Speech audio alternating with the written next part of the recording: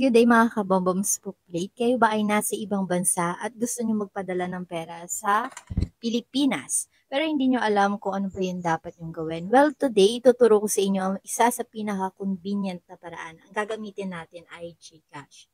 Alam nyo ba kapag nasa ibang bansa tayo, pwede natin magamit yung ating GCash kahit yung SIM card natin ay SIM card ng Pilipinas. Yes, dahil automatic kapag nasa ibang bansa na tayo, pag in-on natin yung ating data, nag-auto roaming yan.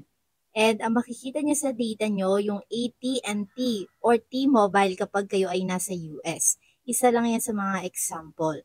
Yan yung mga masasagap mo na network kapag nasa ibang bansa ka. Bago tayo makapag-proceed na magpadala ng pera doon sa Pilipinas, kailangan muna natin lamanan yung ating GCash wallet. And dahil nasa ibang bansa tayo, paano nga ba gagawin yon? I-tap lang natin dito yung cash in para makita natin yung mga partnership ni GCash. After nitong cash in, hanapin lang natin tong Global Banks and Partners. Dito, itong partners, pwede tayo makapag-cash in gamit yung ating PayPal, Pioneer, and napaka-convenient lang gamitin.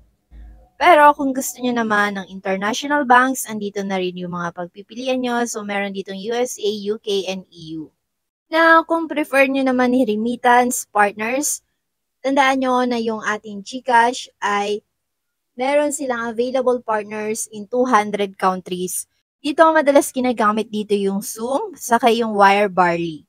Okay, so bahala na kayong pumili. Pero for example, ang mapipili nyo itong Wire Barley. So para makapag-cash in tayo, nakalagay na din dito yung instructions. So kailangan nyo lang sundin. So dapat meron kayong Wire Barley app. Then itap nyo lang dun yung send money. Then ito na yung complete instructions, hindi na natin iisa-isahin. Then after natin malamanan yung ating GCash wallet, pwede na tayong mag-send ng pera sa Pilipinas. And para makapag-send, pwede tayong gumamit ng transfer gamit yung bank transfer o kaya itong send money feature ni GCash. And ganun lang kabilis mag-send ng pera kahit nasa abroad ka. So yung unang step natin, kailangan meron laman yung ating GCash wallet.